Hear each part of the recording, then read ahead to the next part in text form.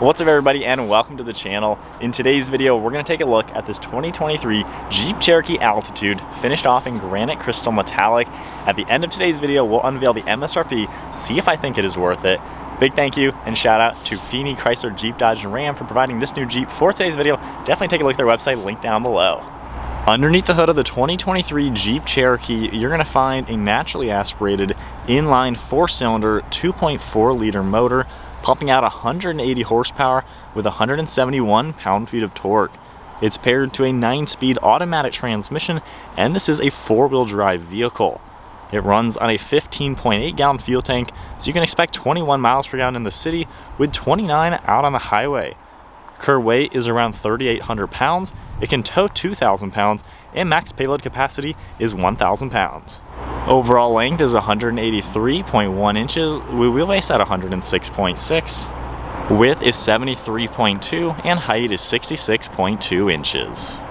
And then for off-road capabilities, approach angle is 19 degrees, with breakover angle at 20 degrees, and departure is 25 degrees. And then now moving on to the styling with the 2023 Cherokee Altitude. The blacked out design certainly looks nice on this small crossover. And then we get a set of LED headlights with LED daytime running lights all sunken into the bodywork. I love the blacked out design on them as well. We get the traditional Jeep grille with the 7 slats that are functional vents to allow cooling into that engine. You get Jeep all blacked out, and then a body colored front bumper, LED fog lights down below, all of your parking sensors, and then some gloss black in the lower front splitter. We get a safety sensor right in the center, and then active grille shutters behind the mesh to improve efficiency when needed. Really nice front end design with some clean body lines. Then you can see some very subtle lines on the hood fading their way towards the windshield. Overall, it comes together pretty nicely, has that Jeep vibe. And then on the side profile, we get a set of 17-inch wheels finished off in gloss black. They're a split 5-spoke design. And then the plastic from the front bumper even comes all the way around the wheels to give it that more off-road focused look. You can see more of that plastic material in the lower side skirt, as well as Cherokee written out all in black. And then we get a nice body line throughout the side profile. We have a set of body colored door handles and gloss black mirror caps with an integrated turn signal throughout the side. Then you can see all black around the windows, as well as a black set of roof rails. The Cherokee is more of a compact crossover SUV, and the side profile is really nicely proportioned. I like how short the front end looks, and the rear end comes together to look like a mini Grand Cherokee. So I like the overall design. Then you can see a really sharp line around the rear wheel. And then up on top, you can see an integrated rear spoiler along with that third brake light, windshield wipers in the lower portion of the glass, and I like the lines all throughout the taillights. We get LED taillights back here with a halogen bulb right in the center, and you can see the red, clear, and black throughout the housing. We have Jeep blacked out with a backup camera right underneath that, 4x4 badge on the left, and then a full plastic rear bumper.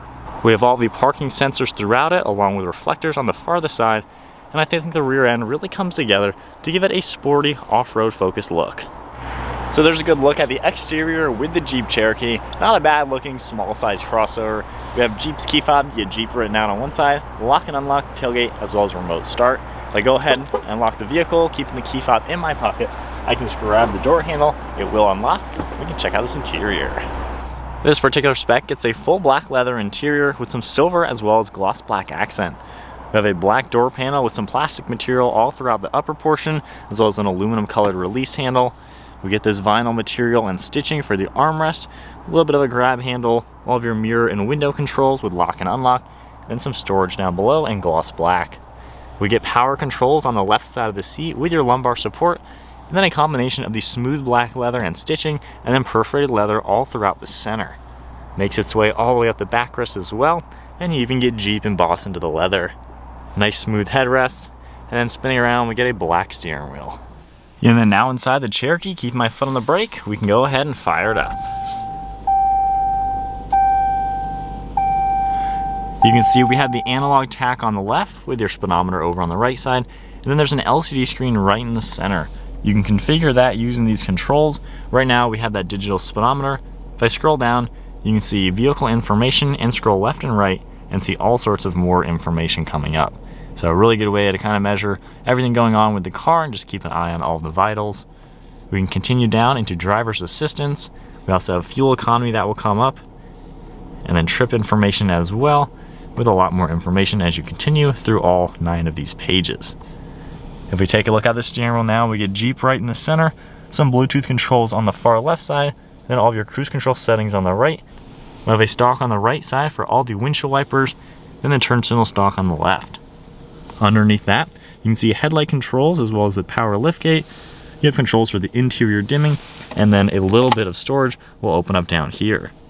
There's also an air vent on the far left side, some smooth black leather type material running across the entire dashboard with stitching, and then an extra storage area. You can open this up, put a few small items in there, which is pretty cool to see. You have some nice contours along this whole dashboard. Then we get our infotainment screen. Right now on climate, you can easily adjust your temperature, all the different zones. You can go into controls for your heated seats along with a heated steering wheel. More controls on the top, as well as fan speed down below that. Then we have radio that will come up. We have more controls, a shortcut for that. All of your apps as well, you can scroll left and right to see. Full navigation screen as well. If we view the map, we get a pretty decent screen. And then your phone integration as well as settings within the car. If I go ahead and put us into reverse, that backup camera pops up. You get decent graphics on it. You do get some guidelines. Parking sensors come up on the center screen, so it's not too bad looking. Going back into park, that'll shut off. And then underneath the screen, you can see your parking sensors as well as the lane keeping. Then you get physical controls down below, so you don't always have to rely on the screen. You can adjust your fan speed, which will come up on here as well. Your dual zone temperature, air conditioning and recirc, as well as defrost. Then we get traction control and engine start stop, as well as some audio controls. Underneath that, we get a little bit of storage space, a USB, as well as a 12 volt. And then on the far left, we get all your different drive modes. You can scroll left and right, go into your snow mode, as well as a sport mode. So if you see that, you get that snow depiction, a sport depiction, and then going all the way into the sand and mud. So it's nice that this has different off-road modes as well as the on-road modes. So pretty cool to see that. We have that shifter in the center with some leather around the shift boot, all the different selections, the electronic parking brake, as well as 2 cup holders, and then just a tad bit of storage. We have more of the smooth leather and stitching. If I open this up, we get a pretty good sized glove box in the center with a change holder. The glove box on the side has a pretty large bucket, as you would expect. And then one last look at the interior. Nothing too crazy fancy in here. However, it's nicely laid out, pretty nicely appointed as well. Then up top, we get a sunglass holder and dome lights, as well as the mirror. And then moving to the rear seat space, if I grab the door handle and open it up, door panel is finished off just like we saw up front. And then the back seats also have the smooth leather and perforated leather in the centers. This can seat 3 people back here, and you can even grab the middle backrest and pull this down, and we have a nice armrest along with 2 cup holders. We do get air vents in the center, a 3-prong outlet, as well as USBs, and then some storage on the far right side. If we go ahead and take a look at the seats themselves, you can grab the handle back here and pull this forwards, and then this will fold nearly flat to give you a ton of space into the cargo area. So then hopping into the back seat of the Cherokee at 5'11", I'm sitting back here pretty decently comfortably. I have some good headroom, and then with the driver's seat set at my height, my knees have about 2 inches of room. So it's actually pretty spacious. The angle of the seats is pretty good, where I feel like I'm sitting into the seat, not just on top of them. Armrest is pretty nice, and you got a lot of glass all around to make it feel pretty roomy. Of course, that armrest in the center. You got LED dome lights as well as some grab handles. So really not a bad place to be. And then onto the cargo space, you can take the key fob and just double tap the button. It'll automatically open up, and of course we do have a handle on the back side. Taking a look inside here, you got a pretty good area. A little cutout on the far right side as well as some hooks. Then you can see just how nice and flat the load floor is. If I grab this and lift it up, we have a ton of hidden storage space that you could fit a spare tire. However, we have the full air compressor kit in this particular spec. So definitely pretty usable. You can see the 12 volt over there, your power liftgate button, and then even from back here, you can just grab the seats, the same levers we saw, and give us that space to have nice and flat seats. So pretty useful. And just going ahead and tapping the button, it's gonna automatically close up.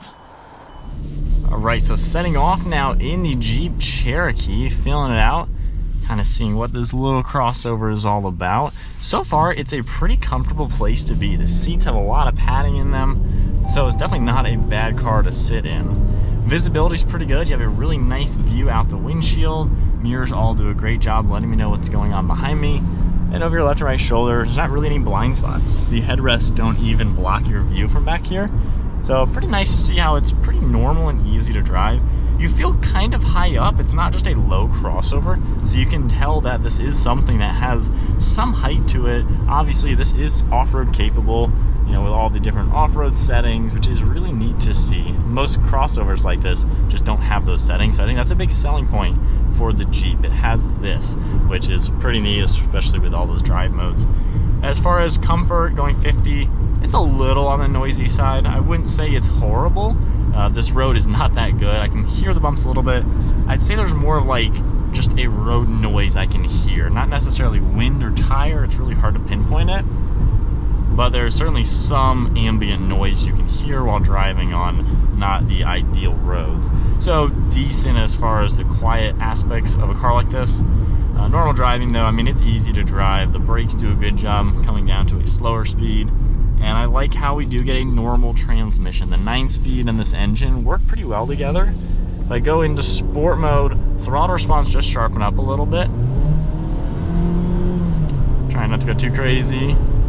It's peppy enough. I mean, it's obviously not anything fast or anything, but it's nice how in the sport mode it kind of sharpens up just a tad.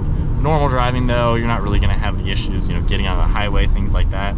It seems pretty well balanced for what you're going to expect. And then normal driving, just hitting some turns, it does feel like a pretty solid car. I like the steering feel and everything. And the suspension feels really solid. It takes the bumps nicely. It doesn't just rattle and shake around. So you can tell there is a solid aspect to the build quality with this car. And then getting back up to speed again, just in the normal mode, you know, giving it quarter throttle. Not bad. It's just kind of what you would expect. Just a normal driving vehicle that's pretty comfortable to be in, plenty of storage space, things like that, and not a bad option. Alright, so setting off now, my perspective, my honest thoughts with the Jeep Cherokee. I would say I don't think there's really much too special about the normal driving. It drives like you would expect any kind of basic, smaller crossover. It's comfortable enough, peppy enough, quiet enough, and you have normal, nice up-to-date technology. So it's nothing out of the ordinary when you're driving it around town. I think what is above the average on this type of vehicle is the off-road. Obviously, Jeep is probably the most well-known off-road brand out there.